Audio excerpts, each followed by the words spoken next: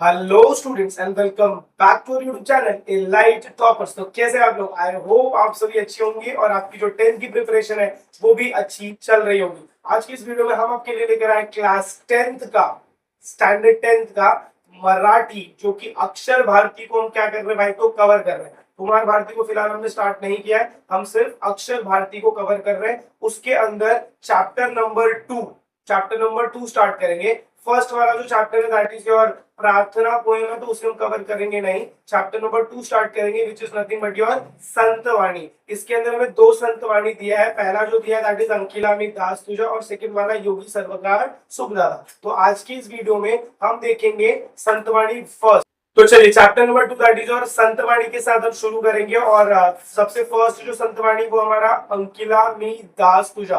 अब जब हम अंकिला का मतलब समझेंगे तो वो होता है कि शरण में आया हुआ, क्या बोला मैंने, शरण में आया हुआ व्यक्ति, आया हुआ। और मी दास तुझा, दास मतलब क्या, व्हाट इज दास? दास मतलब क्या होता है भाई? सेवक। मतलब भगवान का जो भक्त रहता है उसे हम क्या बोलते हैं? दास। तो अगर दास भगवान से मिलने जा रहा है, फिर भगवान की शरण में जा रहा है, तो उसी को इस पोएम में बोला गया कि अंकिला में दास तुझा, मतलब मैं आपकी शरण में आया हुआ आपका दास हूं। चलिए देखिए, वारकरी संप्रदायातील थोर संत कवी संत नामदेवांची अभंग रचना अतिशय उत्कट असून त्यांच्या अभंगाची भाषा सुबोध, सुबोध मतलब बहुत ही मीठी, सरळ मतलब बहुत ही सिंपल लैंग्वेज, साधी आहे। त्यांनी हिंदीतही रचना केली आहे, मतलब क्या मराठी के साथ साथ उन्होंने हिंदी में भी बहुत सारे, रचना का मतलब क्या होता है, बहुत सारी चीजें लिखी हुई है। पंजाबात जाऊन त्यांनी भगवत धर्माची पातका फडकवली। भगवत मतलब भगवान के जो भक्त रहते हैं उनका वो धर्म, धर्माची पातका मतलब पातका का मतलब होता है कि उसका झंडा फहराया है। शिखांच्या गुरु ग्रंथ साहिब, सिख मतलब कौन? पंजाबी जो कम्युनिटी है उसमें जो गुरु ग्रंथ साहिब है या ग्रंथात त्यांची 61 कवने समाविष्ट असून भक्त नामदेवजी की मुखबानी या नावाने ती प्रसिद्ध आहे। मतलब उन्होंने जो सिख लोग है, पंजाबी जो कम्युनिटी है, उनका जो बुक है गुरु ग्रंथ साहिब, उसके अंदर भी इनका क्या है भाई, तो पोयम इंक्लूडेड है। प्रस्तुत अभंगामध्ये संत नामदेवाने विविध दृष्टीतून परमेश्वर कृपेची याचना केली आहे। मतलब क्या कि अभी ये जो पोयम है, ये पोयम में उन्होंने अलग अलग तरीके से ये बताया है कि भगवान की कृपा हम पर कैसे होनी चाहिए, भगवान हम पर कैसे ध्यान देना चाहिए, बराबर। तो उसको अलग अलग चीजों से कंपेयर किया है कि भाई जैसे ये कर रहा है वैसे भगवान को भी मेरे साथ करना चाहिए।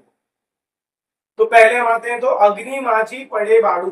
अग्नि माझी पड़े बाड़ू, अग्नि माझी का मतलब क्या होता है? आग में। क्या? आग में। आग मतलब फायर। पड़े मतलब क्या? गिरना। पड़े मतलब गिरना। और बाड़ू का मतलब होता है बच्चा। बाड़ू का मतलब क्या होता है भाई? तो बच्चा। अग्नि माझे पड़े बाड़ू, इतना लिखा सबने। माता धावे कनवाड़ू, माता मतलब कौन भाई? मम्मी। माता मतलब कौन? मम्मी। धावे मतलब क्या? दौड़ना, मतलब रन करना। और कनवाड़ू मतलब क्या? बिना कुछ सोचे समझे, बराबर। बिना कुछ सोचे समझे मम्मी क्या कर रही है भाई? तो ये फर्स्ट दो लाइन का मतलब क्या है? चलो ये मीनिंग लिख लिया सबने। फर्स्ट दो लाइन का मतलब क्या है? देखो, अग्नि माझे पड़े बाड़ू मतलब क्या कि अगर अग्नि में, आग के अंदर किसी माँ का बच्चा गिर रहा है तो माँ बिना कुछ सोचे समझे उस बच्चे को बचाने के लिए दौड़ जाती है। और भगवान के लिए संत नामदेव जी भी यही बोल रहे हैं कि जब भी मैं किसी भी तकलीफ में फंसूंगा तो आपको भी वैसे ही आना है जैसे एक माँ अपने बच्चे को बचाने के लिए बिना कुछ सोचे समझे उस आग में कूद जाती है। बराबर, याद रहेगा। अग्नि माझे पड़े बाड़ू माता धावे कनवाड़ू। उसके बाद तैसे धावे माझिया काजा। तैसे धावे मतलब क्या? भगवान जी आपको भी वैसे ही दौड़ना है मेरे काम के लिए, जब भी मेरा कुछ काम होगा तो भी आपको वैसे ही दौड़ना है। और ये क्यों दौड़ना है? क्योंकि अंकिला मी दास तुझा, क्योंकि मैं आपकी शरण में आया हुआ आपका प्रिय भक्त, आपका दास हूं। तो जैसे एक माँ दौड़ रही है अपने बच्चे के लिए, वैसे मैं भी तो आपका बच्चा हूं, आपको भी मेरे लिए वैसे ही दौड़कर आना पड़ेगा। जब भी मैं किसी भी बुरे वक्त में फंस रहा हूं या फिर मेरा कोई भी काम गड़बड़ हो रहा है तो वहां पर मुझे उस रक्षा करने के लिए आपको मेरी माँ बनकर आना पड़ेगा। ये हमको फर्स्ट ये दो लाइन से बताया जा रहा है। सबको इतना समझ में आया क्या? चलिए नेक्स्ट, सवेंची झेपावे पक्षिणी। सवेंची झेपावे मतलब क्या? पक्षिणी। पक्षिणी झेपावे मतलब क्या, जो उसके बच्चे होते हैं। सवेंची झेपावे पक्षिणी मतलब क्या, पक्षी जो है वो तुरंत उड़ती है, तुरंत। मतलब सपोज ये पेड़ है, ये पेड़ के ऊपर यहाँ पर पक्षी बैठा हुआ है, ये यहाँ से तुरंत उड़ेगा, एक सेकंड लगाए बिना ये क्या करते हैं, यहाँ से उड़ जाता है। बट कब उड़ता है, जब उसको पता चलता है कि ये पेड़ पे जो घोंसला बना है, घोंसले में जो उसका बच्चा है वो बच्चा नीचे गिरा। तो क्या है, सवेंची झेपावे पक्षिणी पिल्ली पड़ताची धरणी, मतलब जैसे उसके बच्चे, जैसे पक्षी के बच्चे अगर घोंसले से बाहर गिर रहे हैं तो बिना कुछ सोचे समझे वो अपने बच्चों को बचाने के लिए चली जाती है। भगवान जी, वैसे ही आपको भी मुझे बचाने के लिए आना है अगर मैं कहीं गिर रहा हूं तो। ऐसा संत नामदेव, आप किसको बोल रहे हैं भाई, तो भगवान जी को बोल रहे हैं। भूखलेले भूकेले वात्सर आवे, धेनु हुंबरत धावे। वात्सर का मतलब क्या होता है भाई, तो गाय का बच्चा। वात्सर का मतलब क्या होता है, गाय का बच्चा। और वात्सर रावे का मतलब क्या होता है, गाय के बच्चे की आवाज। इतना समझ में आया मैंने क्या बोला, देखो मैं यहाँ पर लिख देता हूं। वात्सर का मतलब क्या होता है, गाय का बच्चा, गाय का बच्चा। और वात्सर रावे का मतलब क्या होता है, गाय के बच्चे की आवाज जो उसको बोलते हैं वात्सर रावे। भूकेले भूकेले वात्सर रावे मतलब क्या, जब भी गाय का बच्चा भूखा होता है तो वो देखो आवाज निकालता है बहुत जोर जोर से, उसी को हम क्या बोलते हैं, वात्सर रावे। तो धेनु धेनु का मतलब क्या हो गया भाई, तो गाय। हुम्बरत धावे, हुम्बरत मतलब क्या, हुम्बरत मतलब क्या, गाय की आवाज। गाय जब अपनी आवाज निकालती है तो उसको बोलते हैं हुम्बरना, हुम्बरत। तो गाय भी क्या करती है, आवाज निकालते निकालते उसकी तरफ दौड़कर जाती है और अपने बच्चे को दूध पिलाती है या फिर खाना देती है। बराबर। तो भगवान के सामने संत नामदेव भी बोल रहे हैं कि जब मैं भी ऐसे भूखा रहूंगा ना, उस टाइम पर भी आपको क्या करना है, मेरे लिए ऐसे ही दौड़ कर आना है जैसे एक गाय अपने बच्चे के लिए दौड़कर जा रही है। इसके बाद नेक्स्ट टाइम देखते हैं, वणवा लागलेस वनी। वणवा का मतलब होता है फायर। फायर मतलब क्या, फॉरेस्ट फायर समझ में आता है, तो उसको हम क्या बोलते हैं, वणवा। लागलेस वनी, वनी मतलब क्या, जंगल में जब आग लगती है तो पारस चिंतित हरणी। पारस का मतलब क्या होता है, हिरण के बच्चे।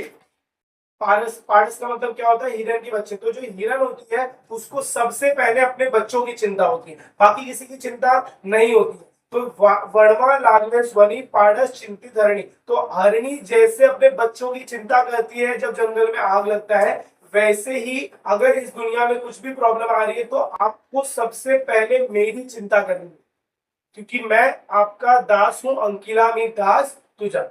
नामा मणे मेघा जैसे, नामा मणे मेघा जैसे, विनवितो चातक तैसे। अब ये जो चातक पक्षी है ना, ये चातक पक्षी की खूबी क्या है कि ये जो चातक पक्षी है ये पानी जो पीता है वो सिर्फ बारिश का पानी पीता है, मतलब रेन वाटर को ही पीता है। जब बारिश आएगी, जब तक बारिश आएगी तब तक वो पानी पिएगा, बारिश गया तो फिर वो पानी नहीं पीता, फिर वो अगले साल इंतजार करता। तो जैसे ये चातक पक्षी, मेघा मतलब क्या, क्लाउड, क्लाउड मतलब बादल से विनती करता है, किसकी विनती करता है भाई, बारिश की विनती करता है। वैसे ही मैं भी आपसे विनती करता हूं कि ये सारी चीजें, जैसे एक माँ, फर्स्ट टाइम हमने क्या पढ़ा, जैसे एक माँ अपने बच्चे के लिए दौड़ कर आ रही है, वैसे ही आप मेरे लिए आइए। जैसे एक पक्षी अपने बच्चों को गिरने नहीं देती, बचा देती, वैसे आप मुझे बचाइए। सेकंड, जैसे एक गाय अपने बेटे को भूखे नहीं रहने देती, वैसे आप भी मुझे भूखे रहने मत देना। जैसे एक हिरण है वो जंगल में अपने बच्चों की चिंता करती है, वैसे आप भी हमेशा मेरी चिंता करना। ऐसा कौन बोल रहा है, ऐसा संत नामदेव भगवान को बोल रहे हैं। और लास्ट में बोल रहे हैं कि जैसे चातक पक्षी मेघों से विनती करता है भाई बारिश करने की, वैसे मैं भी आपसे विनती कर रहा हूँ कि ये सारी चीजें आप भी मेरे लिए क्या करिए भाई, तो करके दीजिए, क्योंकि मैं आपकी शरण में आया हूँ, मैं आपका दास हूँ। और वही चैप्टर का आपका नाम है, दैट इज अंकिला मी दास तुझा। यही हमारे चैप्टर का नाम है, अंकिला मी दास तुझा, मतलब मैं आपकी शरण में आया हुआ आपका दास। तो मेरी जो जिम्मेदारी है, मेरी जो रक्षा है कि मैं भूखे ना रहूं, मैं अच्छे से रहूं, ये सारा का सारा जिम्मेदारी भगवान जी मैं आपको सौंप रहा हूं। और आपको मुझे, जैसे ये लोग अपने बच्चों की रक्षा करते हैं, वैसे आपको भी मुझे अपना बच्चा समझ के मेरी रक्षा करनी है। तो आई होप आपको ये चैप्टर सबको समझ में आया रहेगा। देखो भाई, मैं ये नहीं बोलता कि मैंने बहुत अच्छा पढ़ाया है, क्यों, क्योंकि ये है Marathi subject. And Marathi subject आपकी स्कूल की जो टीचर्स होती है वो बहुत अच्छे से पढ़ाती है। ये जस्ट हेल्पफुल होगा आपको, क्यों, क्योंकि देखो स्कूल की टीचर्स ने आपको चैप्टर से एक बार पढ़ा दिया, उसके बाद ऐसा होता है बहुत बार आप चीजें भूल जाते हैं, तो ये आपको रिवीजन में हेल्प करेगा। तो मेरे को किसी दूसरे टीचर के साथ कंपेयर मत करना कि भाई वो वहां पर मराठी इतना अच्छा पढ़ा रहे और ये यहाँ पर इतना अच्छा मराठी पढ़ा, ये मतलब मैंने इतना अच्छा मराठी नहीं पढ़ा। जस्ट बेसिक वर्ड्स आपको अगर समझ में आया है, मीनिंग आपको समझ में आई है, वही मेरा मोटिव था कि ये जो मराठी वाला सेक्शन है इसको हम थोड़ा हिंदी में कन्वर्ट करके दे, क्योंकि एट द एंड में मराठी से जो स्टूडेंट है उनको बहुत प्रॉब्लम होती है, और स्पेशली जो नॉन महाराष्ट्रियन है जिनको मराठी नहीं आती उनको और ज्यादा प्रॉब्लम होती है। तो एक नॉन महाराष्ट्रियन को कैसे पढ़ना चाहिए मराठी, वो एक नॉन महाराष्ट्रियन ही बता सकता है। तो मैं भी भाई नॉन महाराष्ट्रियन हूँ, तो मैं आपको बता सकता हूँ कि कैसे आपको मराठी को स्टडी करना। तो ये पोएम्स अगर आपको चीजें समझ में आ रही तो मेक श्योर वीडियो को ज्यादा से ज्यादा अपने फ्रेंड्स के साथ शेयर करें। चैनल पर नए तो चैनल को सब्सक्राइब करना ना भूलें। मिलते हैं अगले वीडियो में इसके आगे की कंटिन्यूएशन के साथ। तब तक के लिए have a good day and take care everyone, and please keep watching elite talks.